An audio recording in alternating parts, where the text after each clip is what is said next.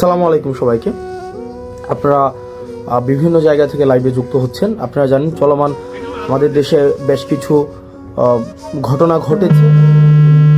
ঘটনার পরিপ্রেক্ষিতে সার্বিকভাবে আমরা বিষয়গুলো নিয়ে কথা বলবো। প্রথমত যে বিষয়টি সেটি হচ্ছে যে আমরা আওয়ামী লীগের প্রতি এক ধরনের সিম্প্যাথি ক্যাম্পেইন আমাদের রয়েছে। আমাদের মধ্যে কালচারাল যে হিজামনিটা আওয়ামী লীগ ক্রিয়েট করেছে, তাদের মধ্য দিয়ে আমরা দেখছি আওয়ামী প্রীতি, যে আওয়ামী লীগের প্রতি একটা সিম্প্যাথি দেখানোর চেষ্টা করা হচ্ছে, যে আওয়ামী লীগ এটা করেছে সেটা করেছে, আওয়ামী লীগের প্রতি ন্যায্যতা নিশ্চিত করা হচ্ছে না, আওয়ামী লীগকে বাক স্বাধীনতা থেকে তাদেরকে রুদ্ধ করা হচ্ছে, তাদেরকে সভা সমিতির থেকে বঞ্চিত করা হচ্ছে, এই ধরনের কথাবার্তা বলা হচ্ছে। আপনারা যে জায়গা থেকে যুক্ত হচ্ছেন আপনাদের সবাইকে সালাম জানাচ্ছি, আসসালামু আলাইকুম। তো দেখেন, আপনাদের যেটা বলা হচ্ছে এটা হচ্ছে আওয়ামী লাস্ট যে কার্ড রয়েছে, আওয়ামী লীগের সর্বশেষ যেই অস্ত্রটা, সেটা হচ্ছে এই কালচারাল হিজেমনি। এই যে আওয়ামী লীগের কিছু দেখবেন যে ধানমন্ডি কেন্দ্রিক, তারপরে হচ্ছে আপনাদের এফডিসি কেন্দ্রিক কিছু ইস্যু ছিল, যে আওয়ামী লীগ সেগুলোকে নিয়ন্ত্রণ করে, কালচারাল জায়গাটাকে নিয়ন্ত্রণ করে সেখানে আওয়ামীফিকেশন করা হয়েছে। এই আওয়ামীফিকেশন করার পরে আওয়ামী লীগের লাস্ট যে ট্রাম্প কার্ড সেটা হচ্ছে এই কালচারাল হিজামনি দিয়ে চেষ্টা করছে। আপনাদেরকে একটা জায়গায় স্পষ্ট করতে চাই, আওয়ামী লীগ কোনো রাজনৈতিক দল না।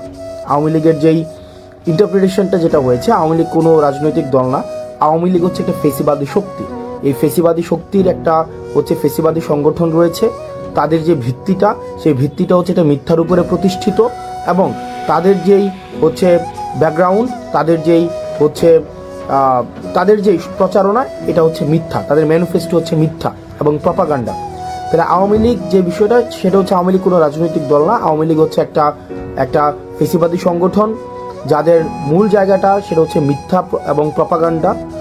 এই মিথ্যা এবং প্রপাগান্ডার উপরে তাদেরকে সাপোর্ট দেওয়ার মতো একটা অভিজাততন্ত্র রয়েছে, একটা অভিজাততন্ত্র বা অলিগার্ক শ্রেণী।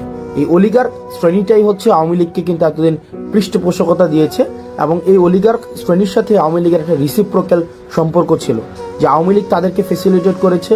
আপনি 10-12টা কোম্পানি, 10-12টা গোষ্ঠী তাদেরকে ফেসিলিটেট করেছে, এবং আওয়ামী লীগকে তারা ফেসিলিটেট করেছে। এবং দিন শেষে যেটা হয়েছে, আওয়ামী লীগ একটা জনবিবর্জিত একটা দলে সেখানে পরিণত হয়েছে। নচেত 5ই আগস্টে যে ঘটনা ঘটেছে, আপনারা দেখেছেন যে আওয়ামী লীগের বলেছে যে এশিয়া মহাদেশের সর্ববৃহৎ সংগঠন, আওয়ামী লীগের সাথে আরো সম্পৃক্ত যে সংগঠনগুলো রয়েছে, তা সত্ত্বেও কিন্তু একটা মানুষকেও রাস্তায় পাওয়া যায়নি যে আওয়ামী লীগকে ডিফেন্ড করার মতো একজনকেও পাওয়া যায়নি। তো আওয়ামী লীগের সাথে বেসিক্যালি যে সম্পর্কটা ছিল সেটা হচ্ছে স্বার্থের সম্পর্ক। এখন এই ফেসিবাদ পরবর্তী সময় আওয়ামী লীগ তো এই দীর্ঘ 1.5 দশকেরও বেশি সময় ধরে আপনার ন্যূনতম যে আপনার যেটাকে বলি যেই মৌলিক অধিকার ছিল, নাগরিক অধিকার ছিল, এই নাগরিক অধিকার পর্যন্ত কিন্তু আওয়ামী লীগ আপনাকে দেয়নি। আওয়ামী লীগ একটা নাগরিক যেই অধিকার রয়েছে, আপনাকে নাগরিক হয়ে ওঠার সুযোগ দেয়নি। আওয়ামী লীগ আপনাকে প্রজা বানিয়ে রেখেছিল।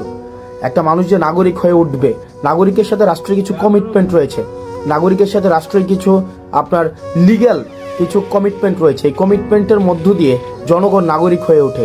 আওয়ামী লীগ কিন্তু একটা মানুষকে নাগরিক হিসেবে কখনোই স্বীকৃতি দেয়নি। আওয়ামী লীগ প্রজা বানিয়ে রেখেছে এই দীর্ঘ 1.5 দশকের বেশি সময় ধরে।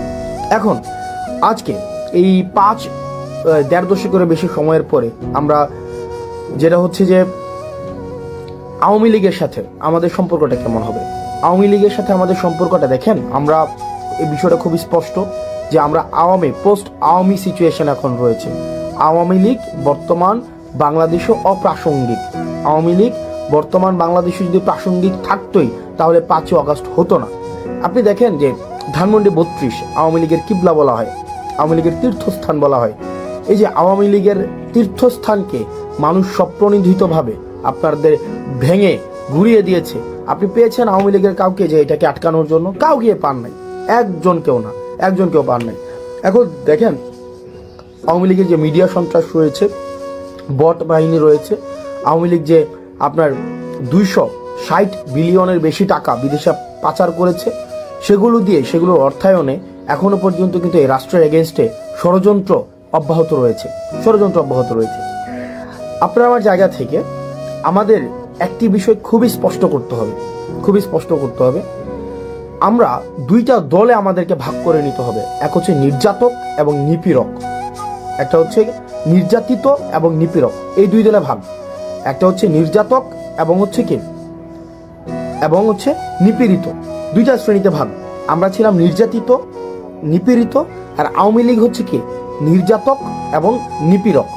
এবার আসেন, এই নির্যাতক এবং নিপীড়কের এই একটা ক্লাসে কে পড়তেছে, একটা ক্লাসে আওয়ামী লীগ পড়তেছে। আর নির্যাতিত এবং নিপীড়িতর ক্লাসে কে পড়তেছে, নির্যাতিত এবং নিপীড়িত যারা যারা ছিল এই দীর্ঘ 1.5 দশকেরও বেশি সময় ধরে, তাদের মধ্যে দেখবেন বিএনপি ছিল, বাংলাদেশ জামাতে ইসলামী ছিল, এবং অন্যান্য ফেসিবাদ বিরোধী যে রাজনৈতিক যে দলগুলো তারা ছিল, তারা সবাই হচ্ছে নির্যাতিত এবং নিপীড়িত। অন্যদিকে নির্যাতকের ভূমিকায় কে ছিল, নির্যাতকের ভূমিকায় আওয়ামী লীগ ছিল। সুতরাং সেই জায়গা থেকে এখনো পর্যন্ত আমাদের যে লড়াইটা, পোস্ট আওয়ামী লীগ পরবর্তীতে আমাদের যে লড়াইটা, এই লড়াইটা কিন্তু বিএনপির সাথে আমার লড়াই না, বাংলাদেশ জামাত ইসলামের সাথে আমার লড়াই না, বরং আমাদের এখানে ক্লাসিফিকেশনটা খুবই স্পষ্ট। সেটা হচ্ছে যে নির্যাতকের বিরুদ্ধে আমাদের নির্যাতিতদের লড়াই।